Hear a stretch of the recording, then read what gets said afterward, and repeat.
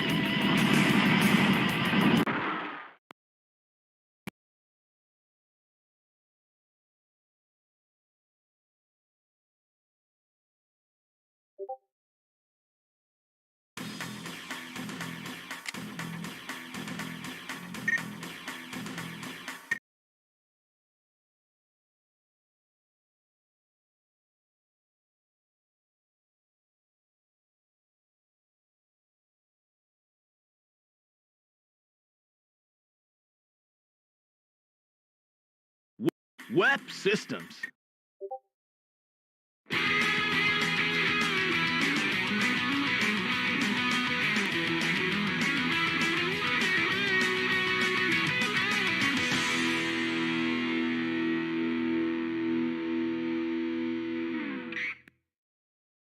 Cool borders!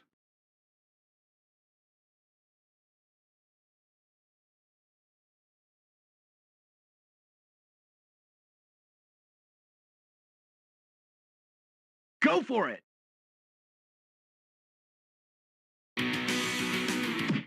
Cool borders!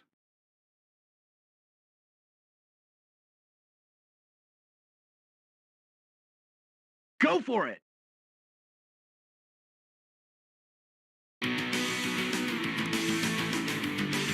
All right!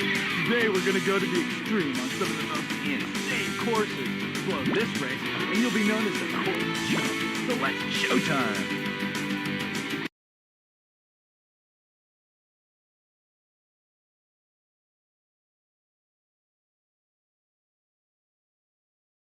Ready? Go! This is it. Now's your chance to prove you can really carve. What? You can try the bunny slopes next time.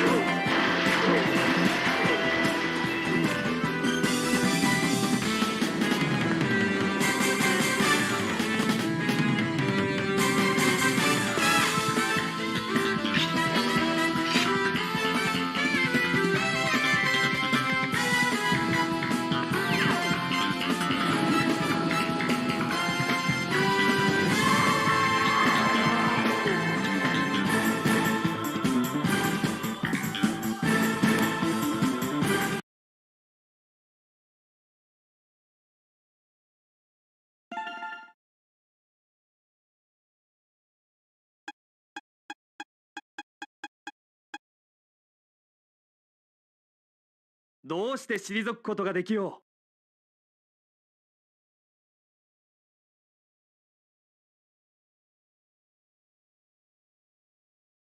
う。Round 1 Fight! うりゃうりゃ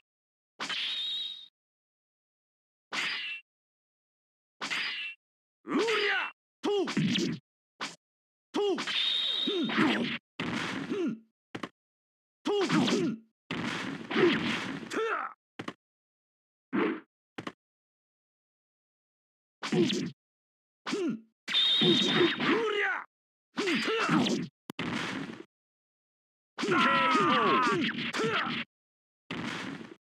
敗者に用はない。立ち去れ。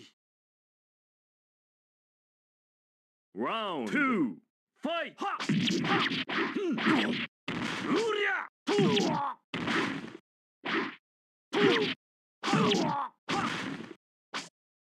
うりゃ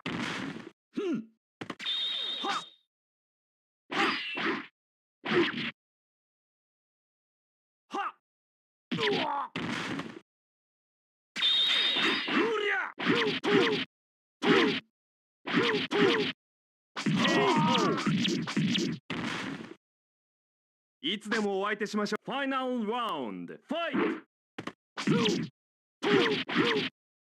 はっうりゃはっうりゃ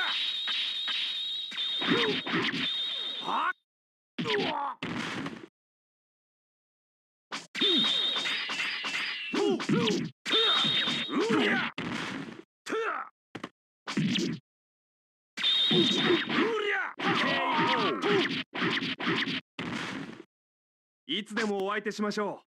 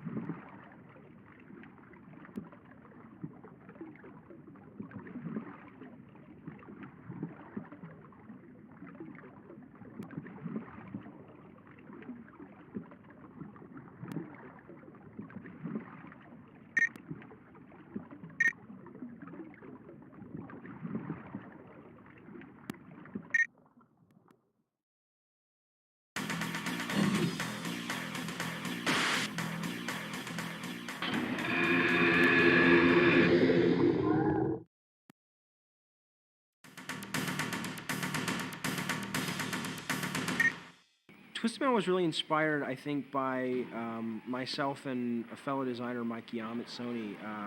It was basically inspired by our deep love of action movies.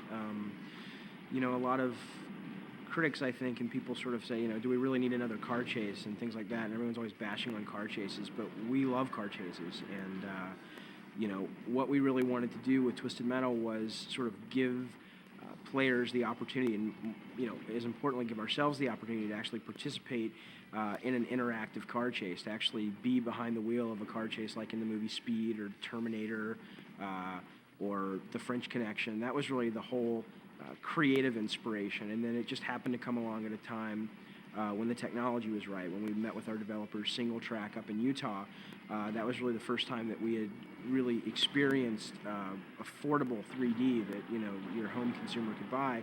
And we realized that, you know, that idea, that inspiration for sort of wanting to put the player in a Hollywood action movie could actually finally be done, you know, via this really cool technology, which allowed you to actually live in these worlds and things like that. So.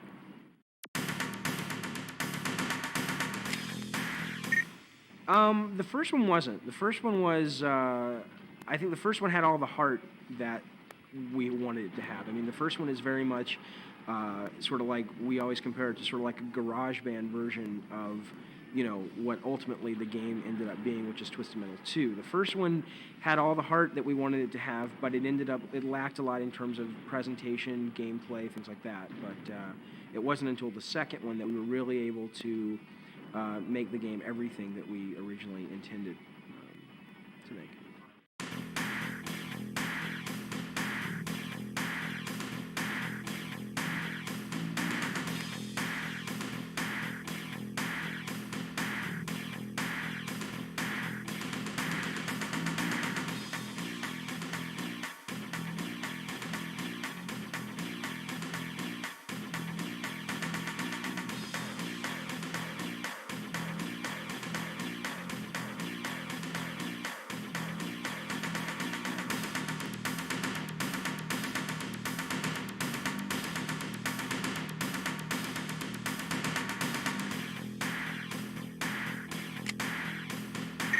Again, I'd have to say the gameplay.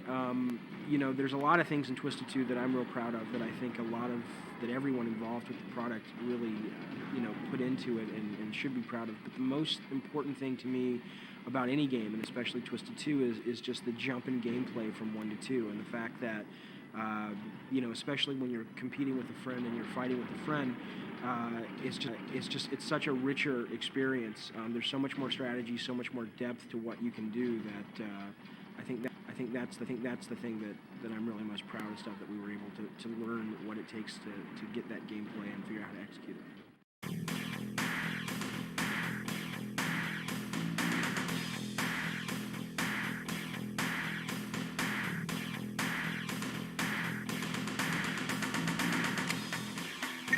I think the biggest leap was just, I mean, I think gameplay says it all. I think it was just a real, Twisted Metal 1 was my second game as a designer. It was the developer's first game as a developer, and you know, in that learning time between Twisted 1 and Twisted 2, we really began to understand what it means to have good gameplay, strategy, risk and reward, payoff, things like that really make players stay with the game. Whereas Twisted Metal 1 it almost felt more thrown together than the second one. So gameplay, I guess, would be the key thing.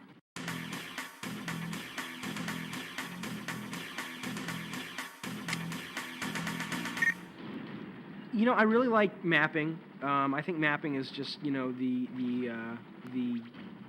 key to what it means to be a designer. I mean, I love to sit down at the whiteboard, either with myself or with my fellow designers or fellow development team, and just really sit there with all these markers and figure out what the level is going to look like, or figure out what the strategy is in the level, or what the gameplay is in the level, and what the cool effects are.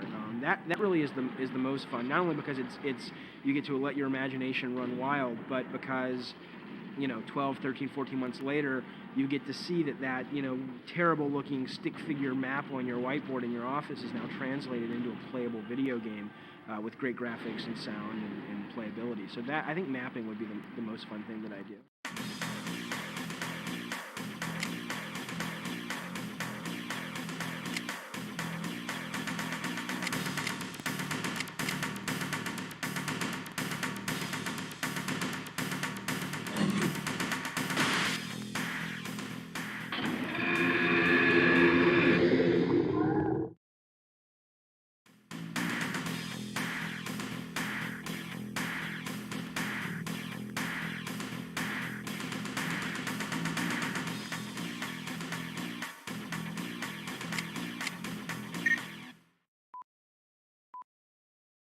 You may have already seen this. Style, sophistication, the ability to launch napalm into oncoming traffic.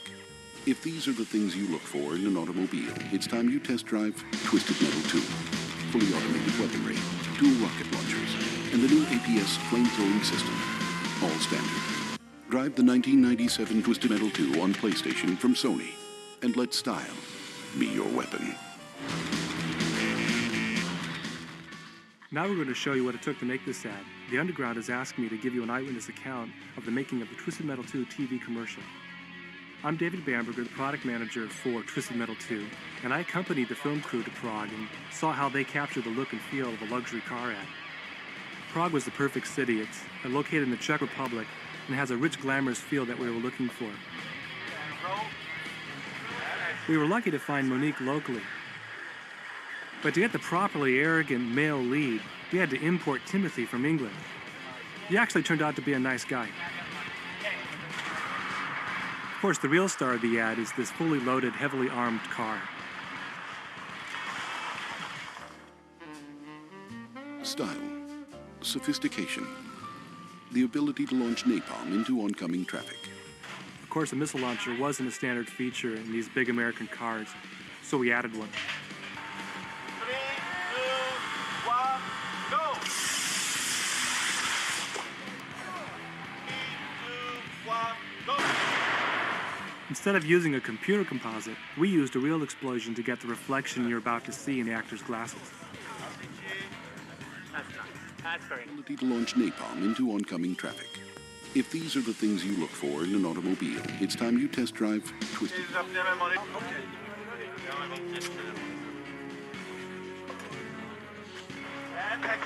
This next scene was really tough. Our model had a hard time overcoming the urge to run from the gunfire. With each blown take, the door had to be rebuilt with fresh explosive caps.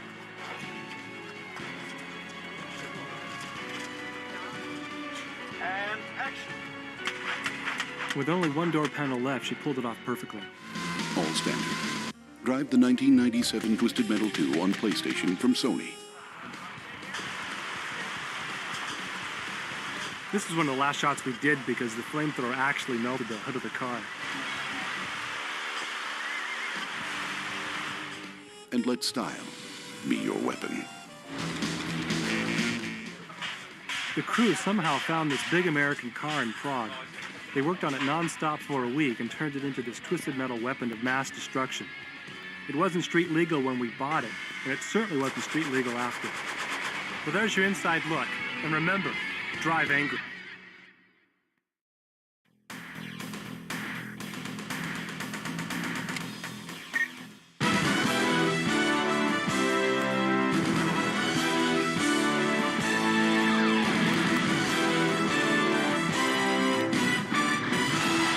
Jim Brown.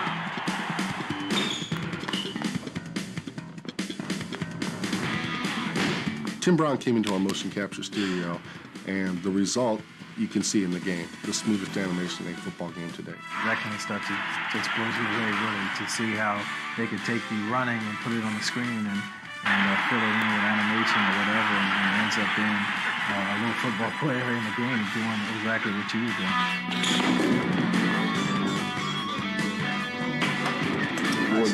High step.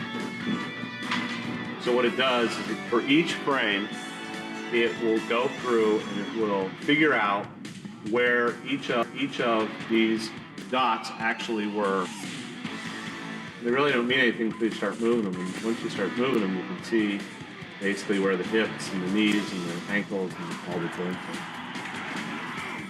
And voila, you end up with a stick figure. You want to have a left foot, left foot, so that you can take that and cycle.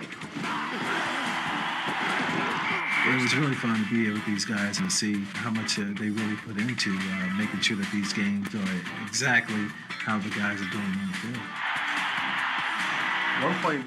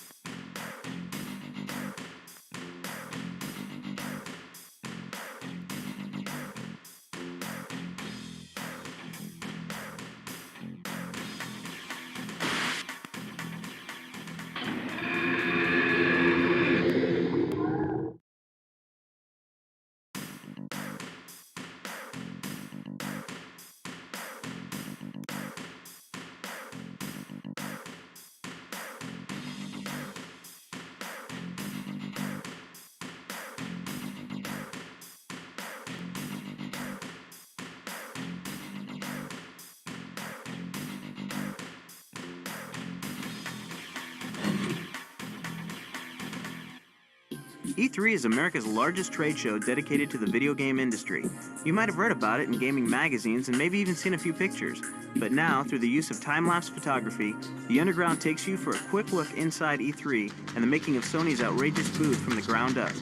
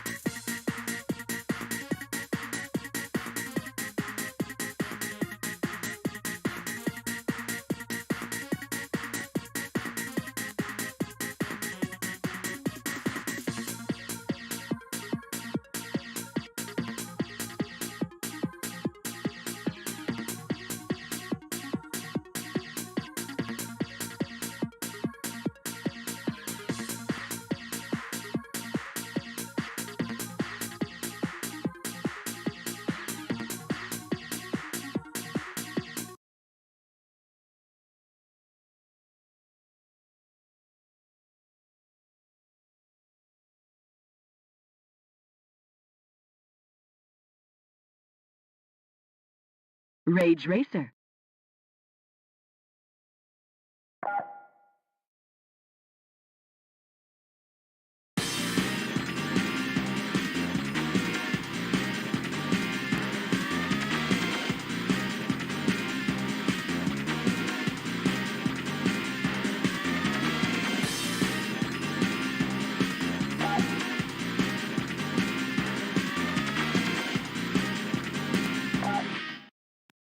Racers, start your engines, and let's get it on.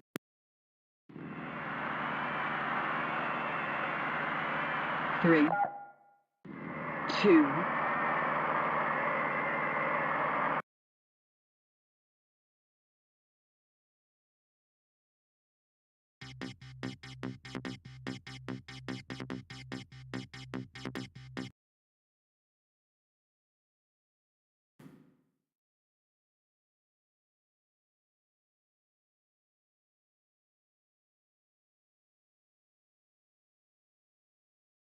Rage Racer.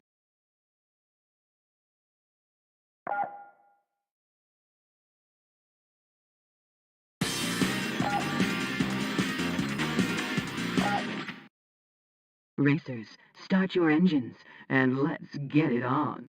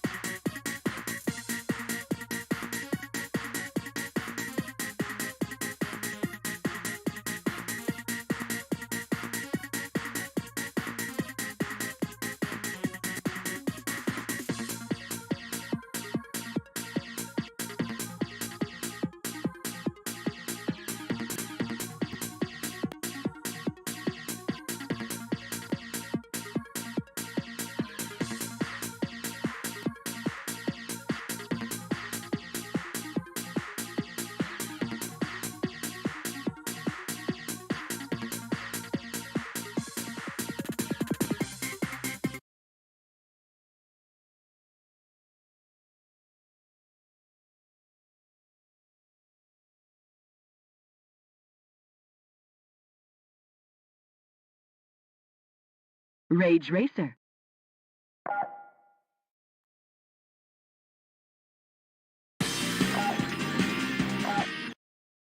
Racers, start your engines, and let's get it on.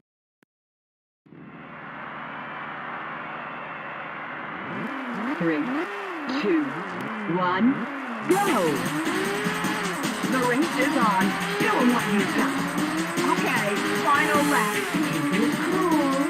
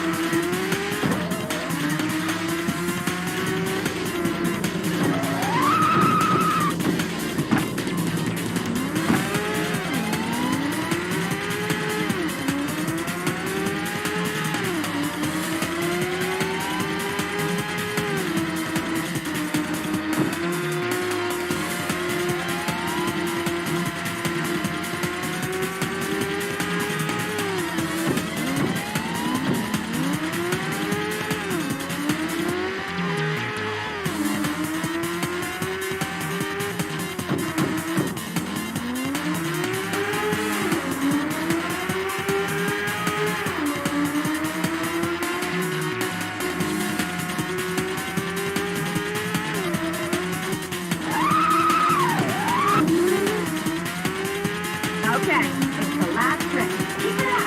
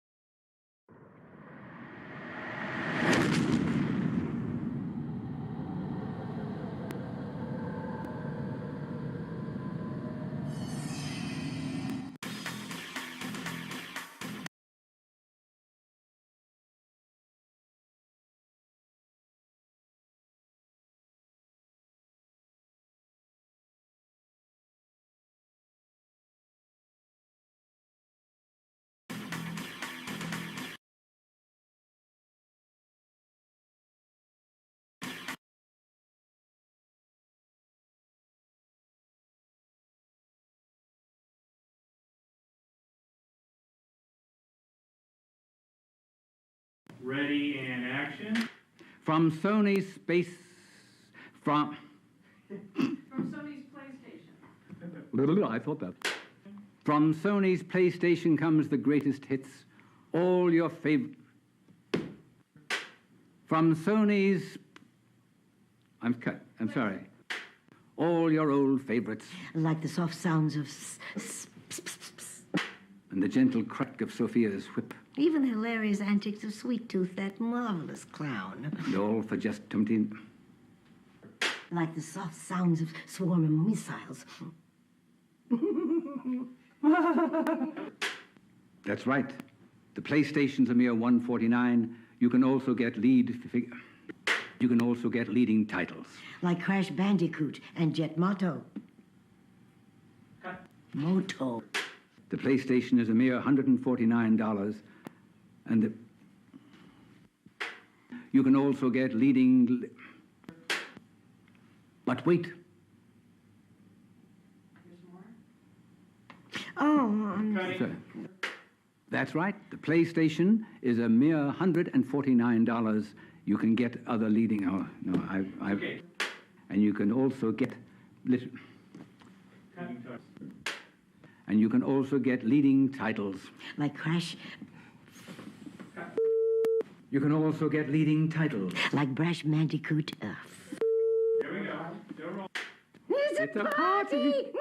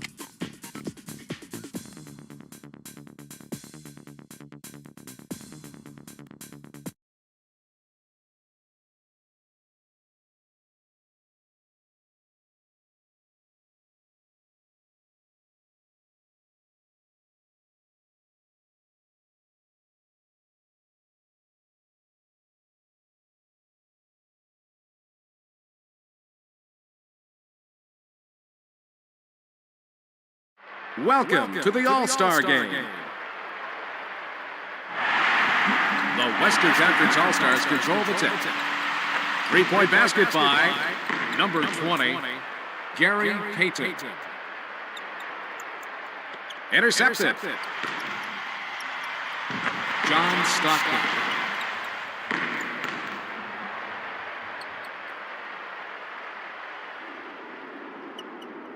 5-second violation.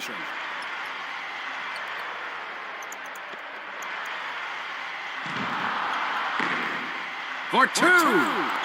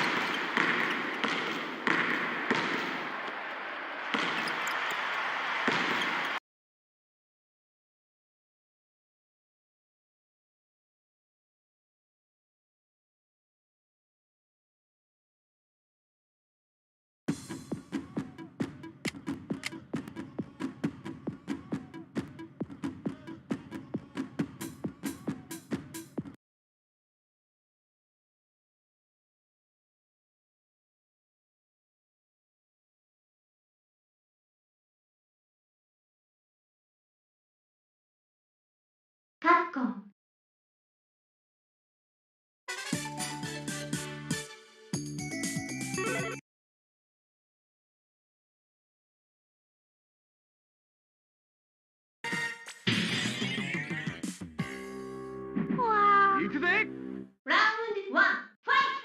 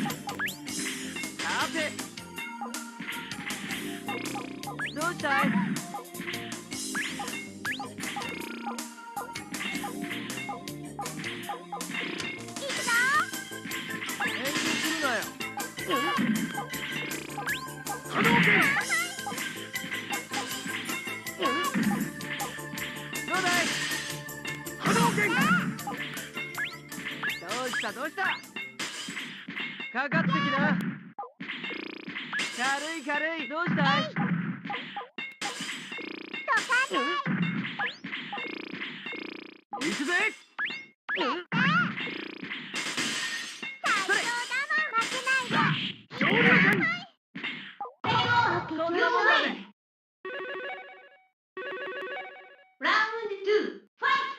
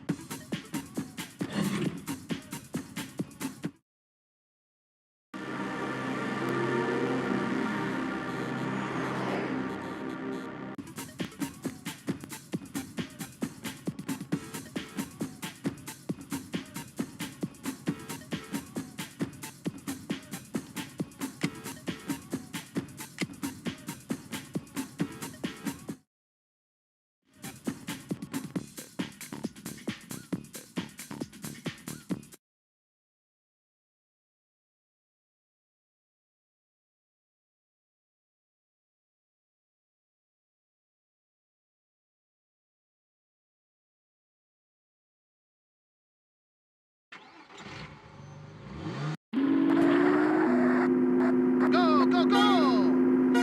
Go, go, go!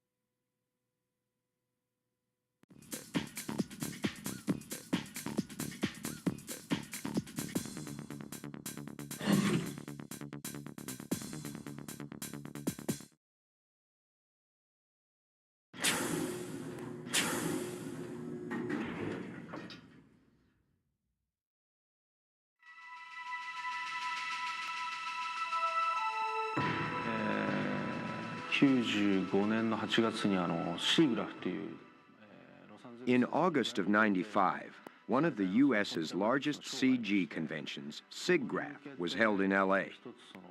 At that time, we were not sure what the next generation RPG game should look like. So, as an experiment, we created a CG-based, game-like interactive demo to present at the show. It focused on battle scenes that were 100% real-time and polygon-based. This became the seed of Final Fantasy VII, and it was then that we decided to make this a CG-based game. When we discussed designing the field scenes as illustration or CG-based, we came up with the idea to eliminate the connection between the movies and the fields.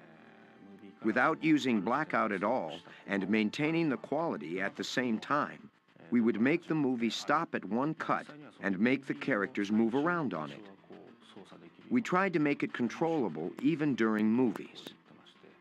As a result of using a lot of motion data plus CG effects in still images, it turned out to be a mega-capacity game, and therefore we had to choose the CD-ROM as our media. In other words, we became too aggressive and got ourselves into trouble.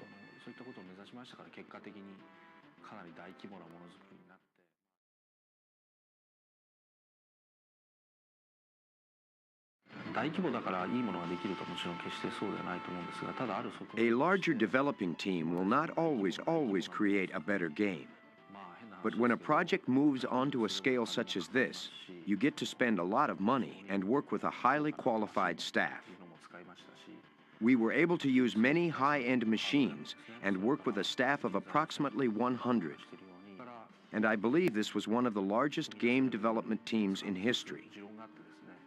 As a result, the final game generates a tremendous amount of energy. My theory is this: if one person creates a game, it can be a racing game or anything, or 10 people create the same game, the one created by 10 people will be much richer in scope. There's a larger pool of resources to draw from, and each person is able to put passion into his role, creating a greater sense of depth.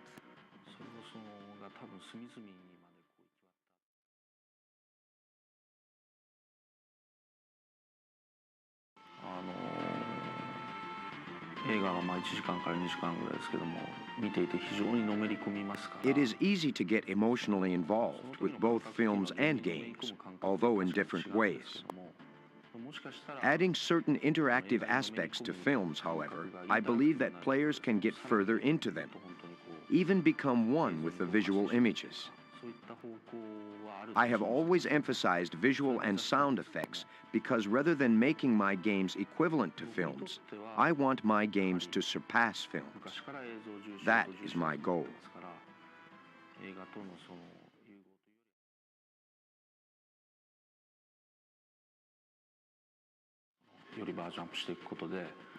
Without changing the basic gameplay, the visual and sound effects have been significantly enhanced, further drawing the player's emotions into the game.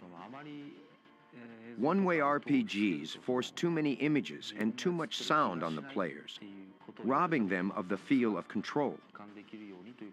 In order to avoid those responses, we did extensive research during Final Fantasy V and VI on how to make the players feel interactively involved in the game while upgrading the visual and sound effects. The results of this research are reflected in Final Fantasy VII.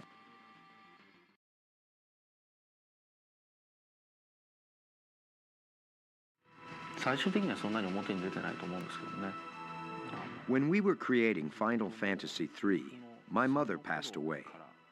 And ever since, I have been thinking about the theme life. Life exists in many things. And I was curious about what would happen if I attempted to analyze life in a mathematical and logical way. Maybe this was my approach in overcoming the grief I was experiencing. This is the first time in the series that this particular theme actually appears in the game itself. See if you can spot it.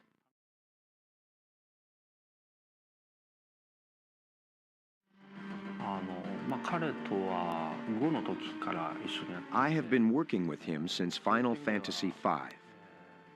When he joined Square, he told me he initially wanted to become a film director, but that he thought this would be impossible in Japan. The previous versions of Final Fantasy could be called puppet shows compared to this one. It's a real film requiring innovative effects and various camera angles. His experience studying cinematography and making his own films has contributed a lot to the making of the game. He is the director of this game.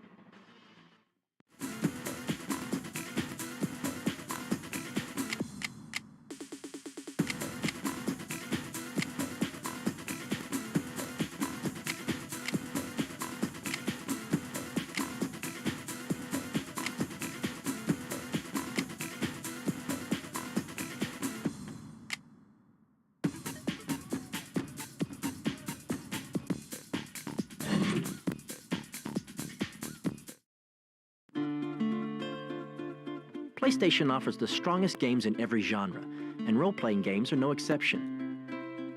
With the recent release of Wild Arms and the September release of Final Fantasy VII, PlayStation is becoming the platform of choice for next-generation RPGs, with games produced for the PlayStation console transforming the RPG experience. Role-playing games in general will give you great stories, great characters, great challenges, and great things to discover. What the next generation gaming is doing is letting you see the world, letting you feel the world. It's very much in your face and you're in it versus thinking about it. Role-playing games in the past were really story-driven, and you didn't really pay much attention to the graphics of the games because they weren't very detailed. But nowadays, it's more like a movie where you're really, the graphic aspect and the vision is really what's bringing you into the game. The CD-ROM format makes this movie experience possible. The extra memory really allows for the developer to put all he's got into the game, and really develop the world, develop the characters, develop the storyline to its maximum potential without having to worry about the space limitations of the cartridge. The differences between the 16-bit and CD-ROM formats are especially apparent during battle sequences. Well, in the opening sequence of Final Fantasy III, you really get to see some of the limits of the 16-bit medium by its a single force perspective in which basically the whole game's played through. With the 3D combat system in Wild Arms for the PlayStation, it really adds to the combat by showing different angles of the attacks, showing a top view when you go in and strike at the opponent, or a farther away view as you cast a spell on a monster, and it really adds to the feeling of being there and taking place in life and death struggle. Before you were looking at these small 8-bit sprites and you're trying to identify with that character, while now it's the graphics have really brought it up to something you can identify with. The characters are much more realistic. Wild Arms sold more than 260,000 copies in its first 2 weeks of release in Japan. GameFan magazine calls it one of the most riveting RPGs of the year. And Squaresoft's upcoming Final Fantasy VII also breaks new ground. It's already Japan's fastest-moving RPG ever, selling 1.8 million copies in its first weekend alone. Next-generation RPGs. The capacity of CD-ROMs lets them be movies that you feel, not just novels that you read. If you thought you knew RPGs, it's time to look again.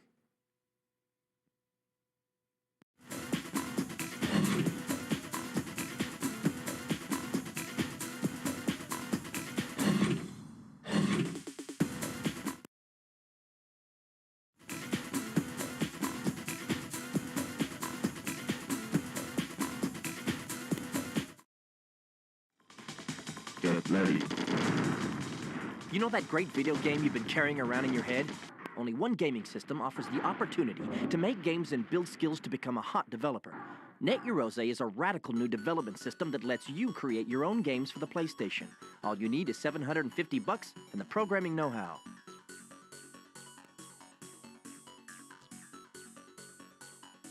For years, video games have been driven by, the hit in the garage. Now, in the last couple years, production costs have risen so much that people can no longer really afford to make a video game in their garage until now with NetEurose. Now, for $750, Joe Schmo in, Iowa can make just as good a game as Electronic Arts if he has the skills. I think you're going to see a lot of games developed through the Net Rosa program that end up as PlayStation games in a couple of years, and you're going to end up with the PlayStation having a much deeper and broader library than some of the other systems that don't have something like this.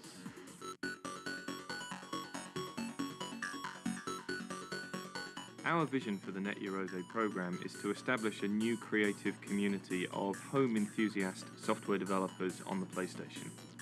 The creative community, which is the essence of the Net Rose program, is vested on a website which we will be running, where all of the members of the Net Rose community will join together in this virtual world and virtual community to share ideas and inspire each other to create newer and more exciting forms of game entertainment on the PlayStation. I think the Net Rose is a wonderful way for someone to get into our industry, because I get so many letters every day from kids trying to find a way to convince me that they're the perfect guy for me. And to be honest, the best thing they could possibly do is send a demonstration, and this system allows them to actually make a demonstration of their talent. The Net Rose PlayStation plugs into the serial port of the member's PC, and the member uses the PC to compile their code, do all of their graphic editing, all of their audio editing, compile the game, download it into the black PlayStation. They can play the game, test the game, debug the game remotely from the PC.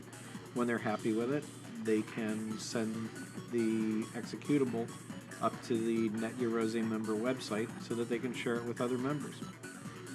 All members need to do to register is contact our website at www.scea.sony.com/net and click on the How Do I Join button.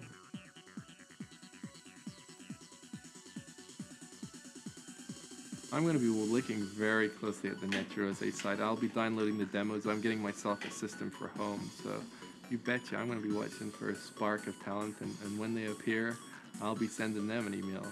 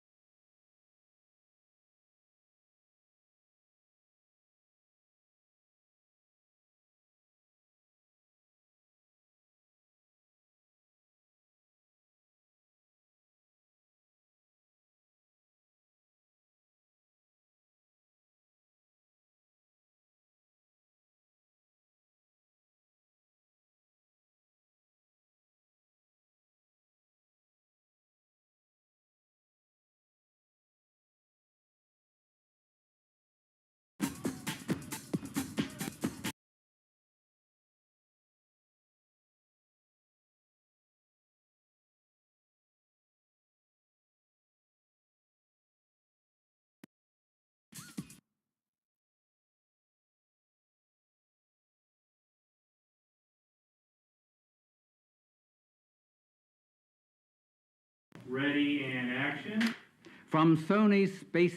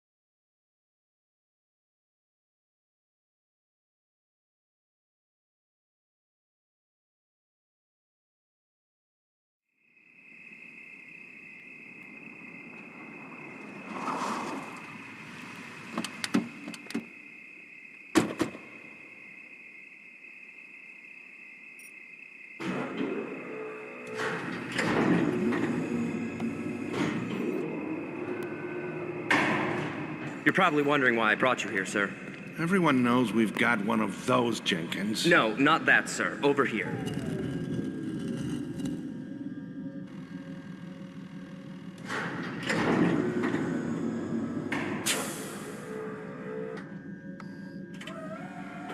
We found them playing it inside the ship. Good God! Well, were you able to retrieve any information from it? That's what I need to show you, sir.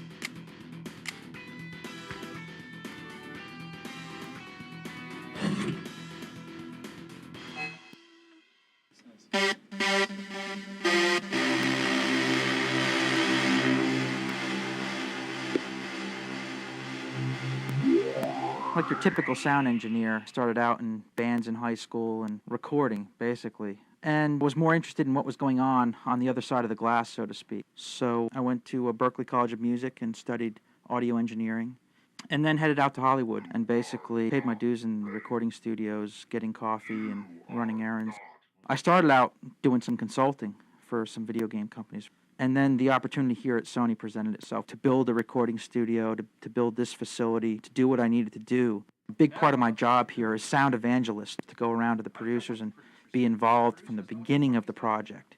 They're realizing how important a piece of the puzzle sound is, and talk to them about, what are their goals for this project? What would they like it to sound like? We go over a style guide, what movie soundtracks, what albums do they really like, and I take that information back and look it over and go through it and then get as close as I possibly can.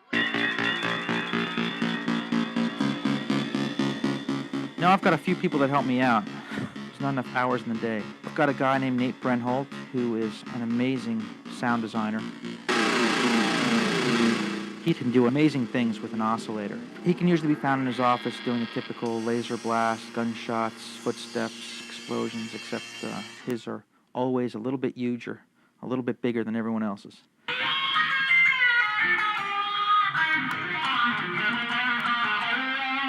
Chuck Dowd is on staff, and he is primarily a composer. He's doing the score for a game we're doing right now called Blasto. His bag, if you will, is what a lot of the producers in-house want on their games. We have a interactive audio engine here. We call it an adaptive MIDI engine.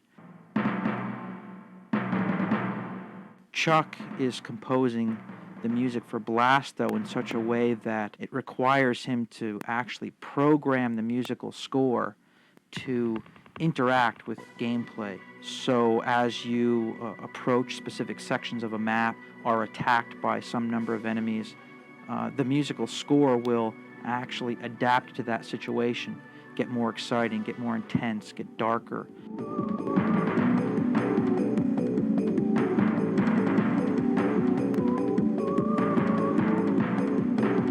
If you're just roaming around exploring, it'll get much more moody and just ethereal.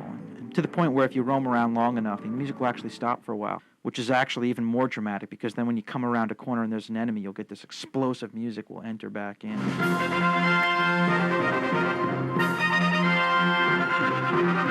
Just knock you right off your seat, so it works really well. Yeah, that requires Chuck to actually program the musical score. He has to really think about not only the typical issues you have to think about when you're composing musical motifs, but he has to think about each gameplay situation that may arise.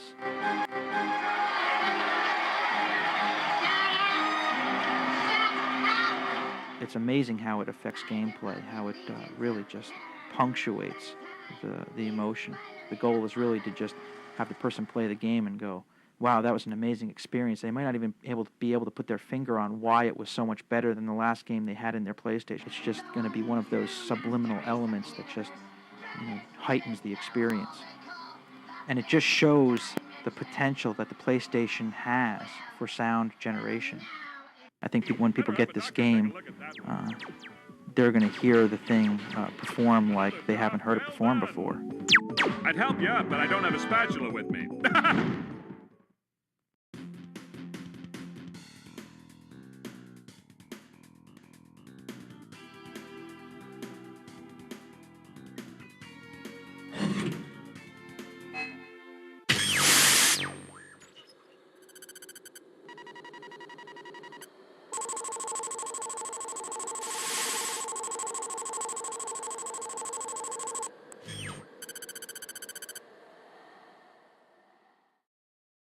Grab a mop. There's gonna be guts on the ceiling.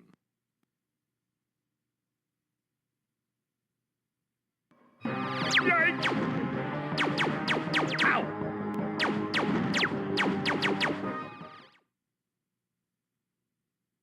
He's basically a parody of 1930s superheroes, Flash Gordon, Buck Rogers, that kind of thing, but also with an element of the cartoon side. We just wanted this superhero who was very overconfident and believed in himself so much it was ridiculous. Oh, I'm good. I guess if you were to take, say, Duck Dodgers, Powdered Toast Man, and Dirty Harry and like throw them into a blender, you'd come out with Liquid Blasto. He's a cosmic custodian and these aliens are tracking up his floor. I guess that's how you could put it.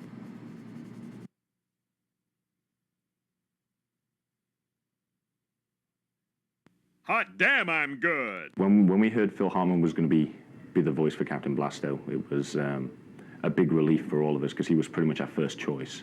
I'm so good.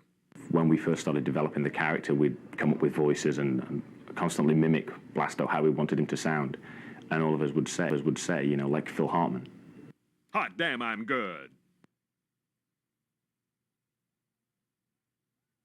I'm back, but this time I brought a friend with me. Let me introduce you to Mr. Fission Blaster. The game basically takes place in a future world where Captain Blasto is protector of Earth and the galaxy, or at least self-proclaimed protector of the Earth and galaxy. He's warned that Bosk, his nemesis, is up to his old tricks again, plotting to take over the Earth, or at least destroy it, and to go and put a stop to it. If this doesn't kill you, I'm yours on a sesame bun.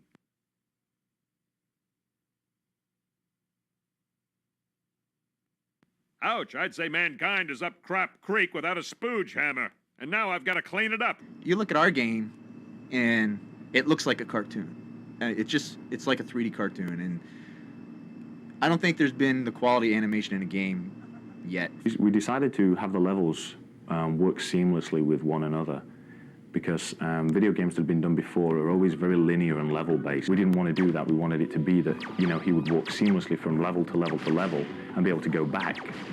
Ooh, now that's gotta hurt.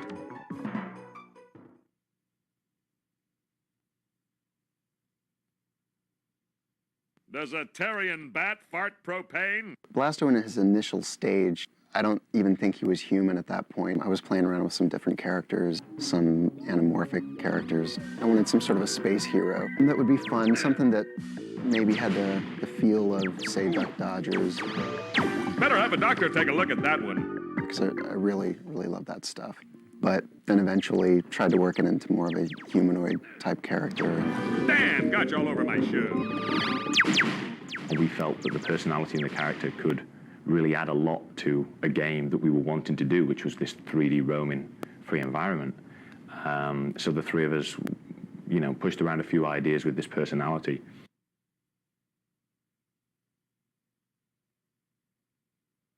I'll take that as a no. I'll take that as a no. The main challenge of like portraying the artist's vision on the screen was the cartoon sense of the world he wanted to create. And that means like no visible polygons, make it look like a cartoon. The technical innovations in Blasto are generally to do with the 3D performance of the game. We've developed a good system for streaming the levels from CD constantly on the fly. There's no loading time involved.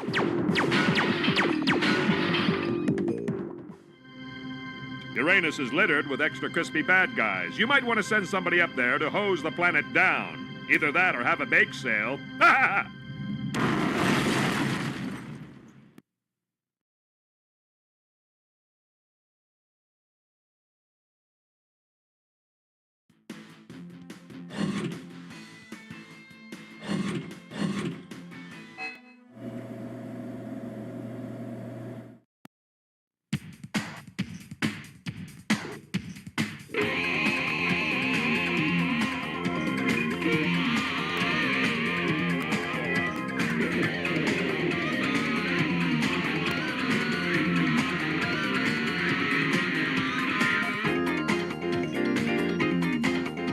This is a really cool controller.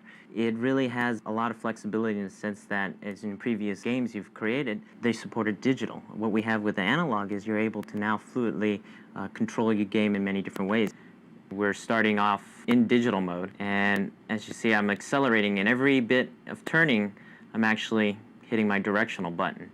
And then when I brake suddenly. As I start in analog, I have a finer control of my driving. As you can see, I can slow down gradually as well as accelerate at a quicker speed. If I brake, I can gradually press on my brakes and slow down. What we have first is your digital mode is indicated without a light being shown. And right now it supports your standard controller that exists today.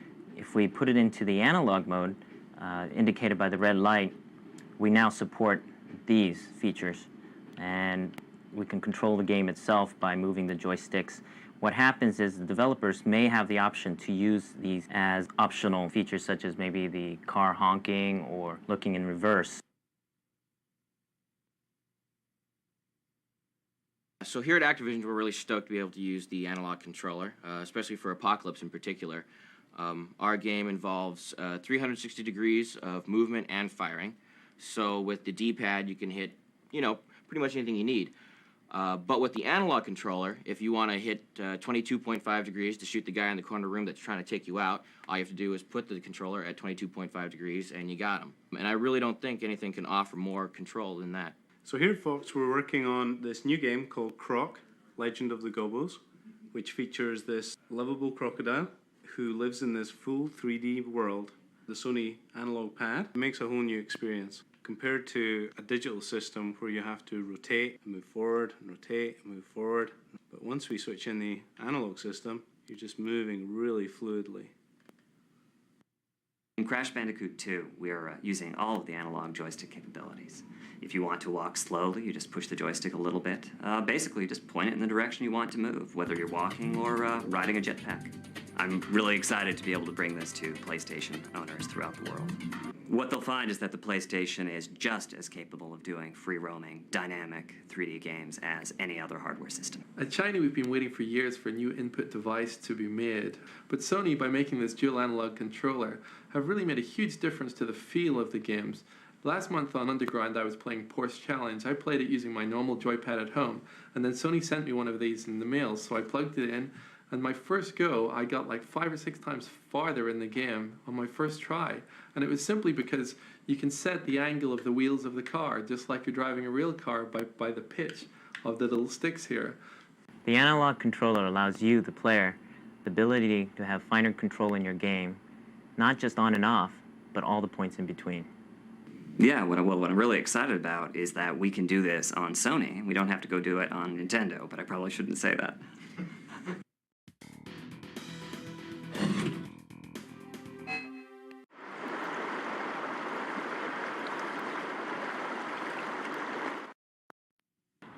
How are those black PlayStation CDs made?